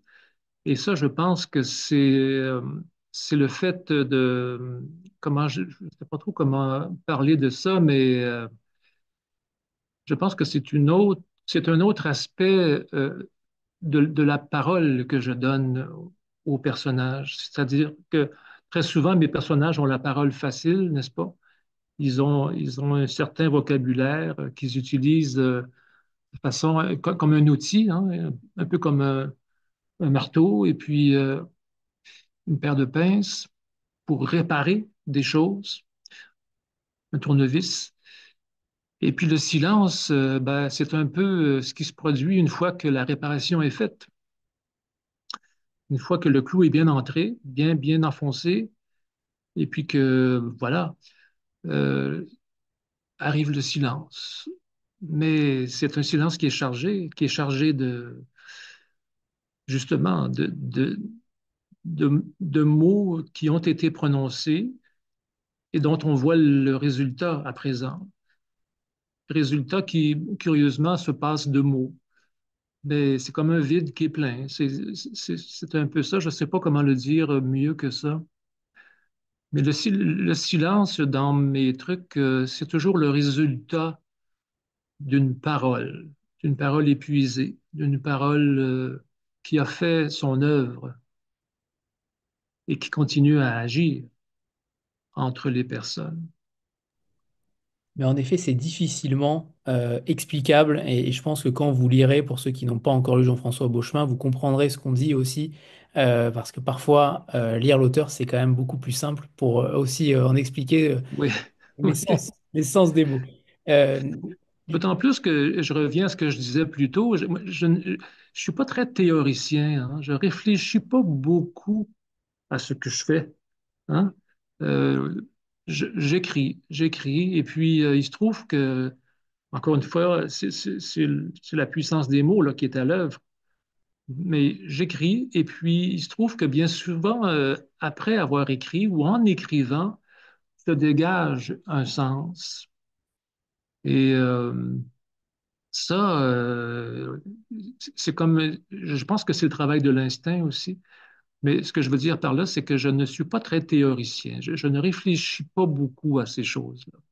Elles m'apparaissent après coup, très souvent. Je me suis dit, tiens, j'ai fait ça veut dire ça s'en va dans telle direction, ça a sa raison d'être, mais je ne le savais pas très souvent au moment de le faire, que j'étais en train de faire ça. Alors, je pose deux questions récurrentes à chaque auteur qui vient ici. La première, c'est celle de choisir un livre d'un auteur méconnu, ou en tout cas peu connu, que ce soit au Québec ou en France, que vous aimeriez remettre en avant. Lequel est-il, Jean-François? Bon, alors là, vous allez me dire, Anthony, que je sors une vieille affaire, une vieille Justement, chose, c'est ce qui mais m'intéresse. c'est peut-être, je ne sais pas comment expliquer ça, mais toujours est-il que mais c'est vrai que je suis assez attaché aux classiques, hein, et particulièrement à vos classiques en France. Moi, j'aime bien la littérature française et la vieille littérature, celle du 19e beaucoup. Et justement, l'auteur dont je voulais vous parler aujourd'hui, euh, moi j'ai appelé mon chien Constant. Et c'est pas pour rien, c'est parce que je vais vous parler de ce livre, de cet auteur qui s'appelle Benjamin Constant, que vous connaissez, qui a écrit ce livre, qui a publié ça, je pense que c'est en 1816, donc il y a presque 200 ans, là, Adolphe. Et Adolphe, en une centaine de pages, est devenu, je ne sais par quel miracle, un classique de la littérature française. C'est un pur chef-d'œuvre, d'abord par sa maîtrise extraordinaire de la langue, justement, on y revient toujours, mais aussi par son esprit d'analyse, hein. C'est un roman psychologique, mais alors, ce n'est pas seulement un roman psychologique, c'est-à-dire très, très, très, très puissant dans l'analyse des caractères, mais c'est aussi un roman extrêmement émouvant. Et pourquoi? Mais parce que dans ce roman-là, il y a cette espèce de rencontre, j'allais dire d'opposition entre justement le personnage d'Adolphe, qui est très cérébral, qui réfléchit beaucoup, qui cherche des explications toujours, et qui le fait très bien d'ailleurs. C'est un homme très clairvoyant, très perspicace. Et il y a son vis-à-vis, Elénore, cette femme avec qui d'ailleurs il forme un couple, qui elle, Elénore, est toute en émotion, tout en sensibilité. Et c'est la rencontre de ces deux mondes, la sensibilité et la raison, qui fait ce, ce- qui crée cette lumière extraordinaire dans le roman. Moi, j'ai lu ça, j'avais 16 ou 17 ans, peut-être, 17 ans. J'étais au collège. Et je dois dire que c'est le roman qui m'a fait pencher du côté de la littérature. Tout à l'heure, je disais que j'ai hésité pendant un moment entre les beaux-arts et la littérature. Et bien, c'est en lisant Adolphe que j'ai fait mon choix. Je me suis dit, ah, si on peut faire ça avec les mots, si la littérature a ce pouvoir, parce qu'elle a eu sur moi beaucoup de pouvoir à ce moment-là. J'ai été subjugué par l'extraordinaire maîtrise de cet écrivain-là. Je me suis dit, si la littérature est capable de faire ça, je vais essayer moi aussi. Ça fait ça fait ouais, presque 50 ans de ça. Et cette idée-là ne m'a jamais quitté. Je ne suis pas encore arrivé à la maîtrise et à l'art extraordinaire d'un Benjamin Constant, mais un jour, j'y arriverai. Promis. Et on précise que c'est bien Adolphe de Benjamin Constant. Il C'est faut Adolphe. préciser parce que l'autre Adolphe ne maîtrisait pas du tout les mots et la littérature. Ah non, là, on parle d'autre chose. Et ma deuxième question étant l'année dernière, je projetais les auteurs en 2074. Vous y avez échappé, Jean-François. Cette année, je vous propose d'échanger votre place avec un personnage de fiction. Alors ça peut être d'un autre auteur ou un des vôtres. Pendant une journée, qui choisiriez-vous et changerez-vous sa destinée? Oui, alors, il y a un autre roman qui, très, très jeune, enfant même, m'a beaucoup marqué, justement, encore une fois, par la puissance son récit, de son personnage central, par cette histoire aussi très mystérieuse. C'est Robinson Crusoe de Daniel Defoe. J'ai lu ça, j'étais enfant, je pense que j'avais 10 ou 11 ans. C'est un des premiers livres, un des premiers romans que j'ai lu à l'école. Et puis, ça m'avait marqué. Je me suis dit, ouais, mais c'est extraordinaire. Et j'avais été fasciné par cette histoire d'un homme qui fait naufrage sur une île et qui est forcé donc de réinventer sa vie, de survivre, mais pas seulement de survivre matériellement, physiquement, en se nourrissant des fruits et des poissons que l'île lui fournit, mais qui est forcé aussi de renaître spirituellement. Alors, cette histoire-là m'avait marqué, et même à l'époque, j'étais tout petit, mais j'avais saisi ça, cette dimension spirituelle du personnage de Robinson Crusoe. Et encore aujourd'hui, donc, je pense très souvent à ce personnage-là, et je pense que si j'avais la chance de me mettre dans la peau d'un personnage de fiction, ce serait celui-là. Je serais Robinson sur son île. Dans ce décor-là, c'est important de le dire aussi. Je ne serais pas Robinson dans la société, mais je serais sur son île, déserte, seul, et, euh, et j'essaierais de me mettre non seulement dans sa peau, mais dans son esprit. Et je me demanderais comment vit-on seul, sans les autres? Puisque tout à l'heure, j'en ai parlé brièvement, sachant que c'est avec les autres qu'on se construit. Alors, si je n'ai plus les autres, comment je vais me construire? Avec Dieu? Avec les animaux? Je ne sais pas, je n'ai pas de réponse, mais je serais donc dans la peau de Robinson et je me poserais ces questions-là et je poserais les bases de ce monde matériel et spirituel à bâtir. C'est ça que je ferais pendant 24 heures. Très bien, sacré programme. Euh, Oui, En préambule, vous m'aviez parlé d'un autre roman parce qu'on a de la chance, on va avoir trois Jean-François Beauchemin pour 2025 en France. hmm, C'est Mémoires de Myron Schwartz qui sera sûrement prévu à l'automne 2025. oui, Est-ce que vous pouvez nous en parler puisqu'il est déjà sorti oui. au Québec, Il est sorti au Québec. C'est un pavé, hein, ça fait 525 pages. C'est ce le qui plus ne ressemble gros, pas. c'est le plus gros truc que j'ai jamais écrit. Et puis, c'est assez, c'est drôle à dire, mais même s'il y a 500 pages, c'est un roman dans lequel il y a pas d'intrigue, comme ça m'arrive souvent. Dans Le Roi Telet, il n'y avait pas d'intrigue. Dans Le Vent léger, il n'y en avait pas non plus tellement.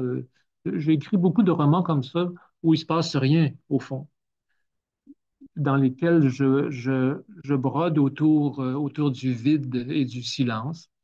Alors, pendant 500 pages, avec les mémoires de Meron Schwartz, c'est ce que je fais.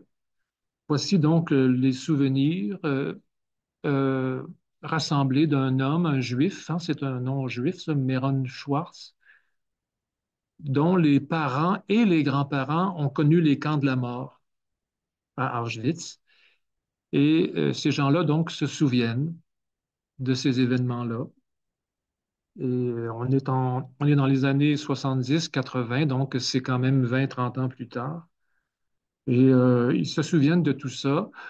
Entre autres choses, parce qu'il y a beaucoup aussi d'autres choses dans le roman. C'est un roman sur la mémoire, donc il y a beaucoup de souvenirs. Et puis, contrairement à ce qu'on peut penser, ce n'est pas particulièrement tragique. Alors, bien sûr, les souvenirs reliés directement au camp et à l'Holocauste sont terribles. Et puis, ces gens-là en ont beaucoup souffert et ils en gardent d'ailleurs les meurtrissures. Mais il y a par ailleurs dans le roman beaucoup de choses réconfortantes, très humaines. C'est un roman, je le répète, foncièrement humaniste. C'est au fond l'illustration d'une famille, ces trois générations, d'une famille qui apprend jour après jour, parce que c'est une quête sans fin, n'est-ce pas, qui apprend à vivre ensemble, les uns auprès des autres. Et un peu sur le même schéma que dans Le Roi Telet, les deux frères. Hein. Voilà l'histoire de deux frères qui, au-delà de la maladie, euh, tâchent de leur mieux de vivre l'un auprès de l'autre. Eh bien, dans les mémoires de Meron Schwartz, c'est un peu la même chose, mais avec une famille au complet. Et tous ces gens-là discutent, se promènent dans la forêt, mangent. Il y a beaucoup question de manger, de gastronomie juive. Euh, et puis, euh, et puis c'est tout ce qu'ils font. Ils font rien d'autre. Et ils essaient de s'aimer. Et effectivement, ils s'aiment beaucoup. Il n'y a pas de méchants dans l'histoire. Il n'y a pas de grands malheurs. Et il n'y a que de petites joies et des souvenirs parfois douloureux, c'est vrai. Mais dans l'ensemble, c'est un roman sur la mémoire et sur la joie. Eh bien, on a hâte. J'avais une question que j'aurais dû vous poser déjà tout à l'heure quand j'ai parlé de la postface du jour des Corneilles. Parce que vous avez fait le choix, 20 ans après, de ne pas forcément expliquer le livre, mais en tout cas de faire la lumière sur des choses, ou en tout cas pour contredire certaines contre-vérités sur ce qui se passe dans ce livre-là, notamment sur la noirceur totale qui n'en est véritablement, qui n'est pas un roman sur la noirceur en lui-même, avec sa part de lumière. Et vous dites même que vous avez évité depuis 20 ans de révéler ce que vous pensez de cette fantasmagorie si semblable à de la sorcellerie. Mhm, Pourquoi vous avez décidé, c'est rare qu'un auteur, 20 ans après un livre, alors c'est rare aussi qu'un auteur ait autant de succès pour un livre, certes, mais quand même, vous avez fait le choix de vous expliquer sur ce roman-là. Et je trouve ça à la fois magnifique et surprenant. Pourquoi vous avez fait ce choix-là? Qu'est-ce qui vous a poussé à faire cette postface qui est extrêmement intéressante, qui donne beaucoup de clés, qui n'en donne pas toutes les clés, parce qu'on ne sait pas ce qui se passe forcément dans l'esprit de Jean-François Beauchemin, mais quand même, il mhm. donne certaines clés. Pourquoi vous avez fait ce choix-là? Ben, Et besoin d'ailleurs, de donner un peu plus encore au lecteur, une sorte d'expérience augmentée. oui, oui, absolument. D'abord, parce que il faut dire une chose d'emblée, Anthony, c'est que si je fais ce métier-là, c'est pour les gens. Hein. Je n'écris pas pour moi-même, ça ne m'intéresse pas. Je n'écris pas pour les journalistes, je n'écris pas pour la postérité, hein, soyons sérieux. J'écris pour rendre les gens heureux. Et il se trouve que depuis 20 ans, depuis la publication, donc la première publication du Jour des Corneilles, les gens, les lecteurs m'ont posé énormément de questions. Parce que c'est un roman un peu obscur, hein, euh, qui, oui, soulève, je pense, des questions, et parfois des questions importantes, existentielles, même par moments. Et parce que, justement, depuis 20 ans, on m'a posé tant de questions, je me suis dit, et puisque c'est pour les gens que je fais ça essentiellement, ben, je me suis dit, ben, OK, maintenant, je vais répondre aux gens, aux questions des gens. D'autant plus que pendant 20 ans, je me suis un peu retenu de le faire parce que il y a certaines choses, euh, ce que je pense de ce roman-là, je craignais un peu que ça vienne heurter certaines sensibilités, ce que je ne veux jamais faire. Moi, je ne veux pas blesser personne. Mais ce que je prétends, en tout cas aujourd'hui, avec moins de crainte, c'est que le jour des Corneilles, au-delà de sa violence, de sa brutalité et de sa sauvagerie, euh, ce roman-là est un roman d'amour, essentiellement. Je l'ai dit pendant 20 ans assez timidement, mais aujourd'hui, je le dis sans, sans crainte, sans arrière-pensée, parce que c'est la vérité. Alors, c'est une immense quête d'amour. En ce sens-là, Le jour de Corneille est un roman d'amour. Et j'ai voulu, dans la postface que je viens d'ajouter au livre, préciser ma pensée à ce sujet-là, dire ça. Parce que quand je le disais, durant ces 20 années, souvent les gens me disaient, mais non, ce n'est pas une histoire d'amour, c'est une histoire d'horreur. Et les gens me disaient, mais t'es fou, tu vois de l'amour là où il y a de l'horreur.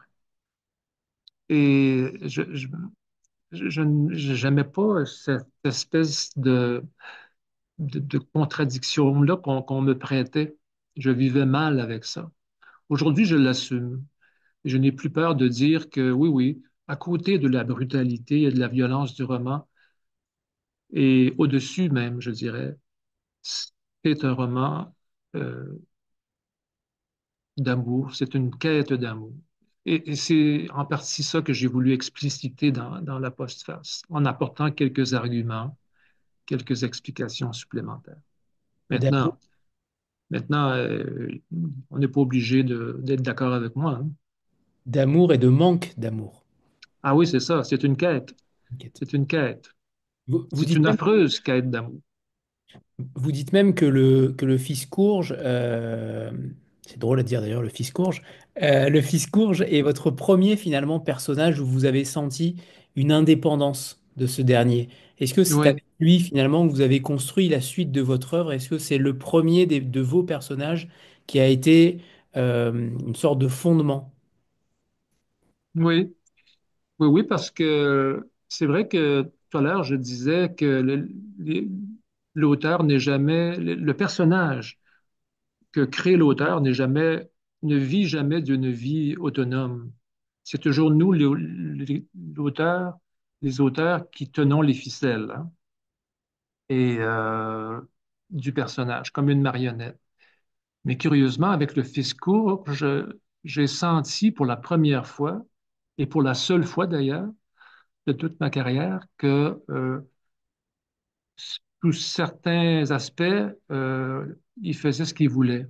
C'est-à-dire que certaines de ses pensées, certains de ses gestes euh, m'en inspiraient d'autres, me poussaient à lui donner des intentions auxquelles je n'avais pas pensé au départ, comme si c'était plus moi qui décidais. C'est bien sûr une illusion, mais n'empêche que j'ai eu ce sentiment-là. Alors, c'est dire la force du personnage pour qu'il en arrive à ce point-là à m'obliger à, comment dire, à remettre en question, au fond, ma façon de travailler. C'est dire comme il est jusqu'à un certain point plus fort que moi. Je comprends ça. Quand on vous lit, on le comprend aisément. Alors, les mémoires de Meron Schwartz sortent en automne. Je crois qu'il a donc déjà été publié au Québec il y a quelque temps. Ouais. Est-ce que vous écrivez en ce moment? Sur quoi vous écrivez? Est-ce qu'il Oui, y a des projets en oui, cours? oui, oui. Alors, vous savez, moi, Anthony, je suis un peu le Amélie Nothomb du Québec. C'est-à-dire que j'écris 2 romans par année. Encore plus en Et France, puisque vous êtes là 3 fois en France, mais ce sont oui, c'est vrai, c'est vrai, c'est vrai. Depuis que je suis en Europe, en France, vous me faites travailler. Mais tout ça pour dire que j'ai donc terminé les, les 2 romans qui vont suivre, Mémoire de Meron Schwartz cet automne. Les 2 romans suivants sont déjà écrits, sont terminés. Donc, celui qui va être publié en 2026 et celui qui le sera en 2027, les deux sont terminés. Donc là, j'en suis, au moment où on se parle, au milieu de l'écriture d'un roman qui, je l'espère, va paraître en 2028, dans 3 ans. C'est un peu comme ça que je travaille, avec plus ou moins 2 ou 3 ans d'avance sur l'éditeur. parce que j'écris sans cesse. Alors forcément, ça finit par donner des résultats. Est-ce qu'il y a il y a des romans dont vous n'êtes pas satisfait ou en tout cas que vous aimeriez modifier après le temps finalement, puisque ça fait quand même déjà 30 ans que vous écrivez. Est-ce qu'il y a des romans que vous, en tout cas que parfois vous relisez ou en tout cas des passages que vous relisez? Est-ce que vous avez envie Ah, de revenir en arrière? ah oui, oui, mais toujours, constamment.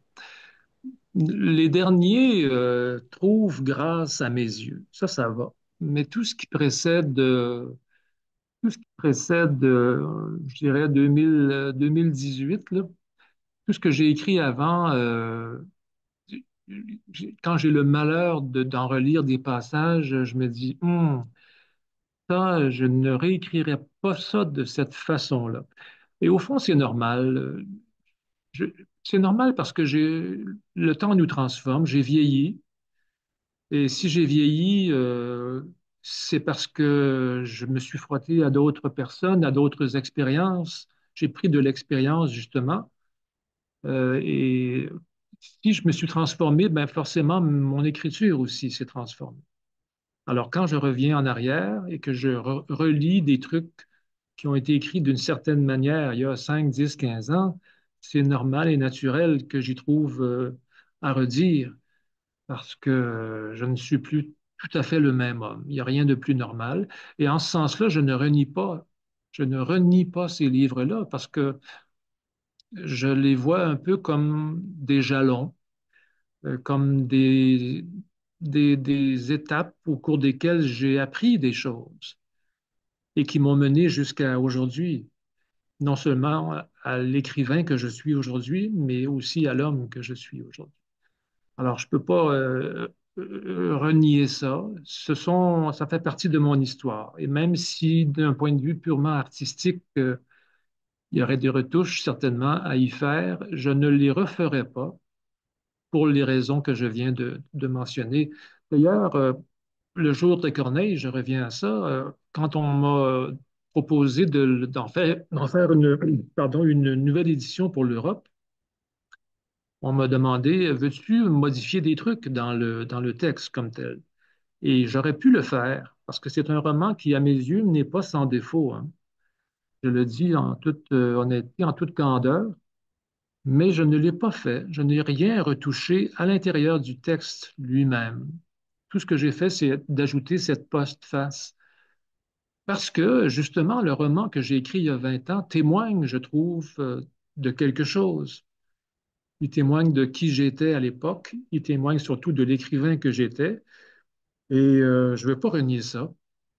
C'est une étape que j'ai franchie à ce moment-là, nécessaire, et qui, si elle n'avait pas existé, je, je le répète, je ne serais pas qui je suis aujourd'hui. Alors, je ne renie pas mon passé.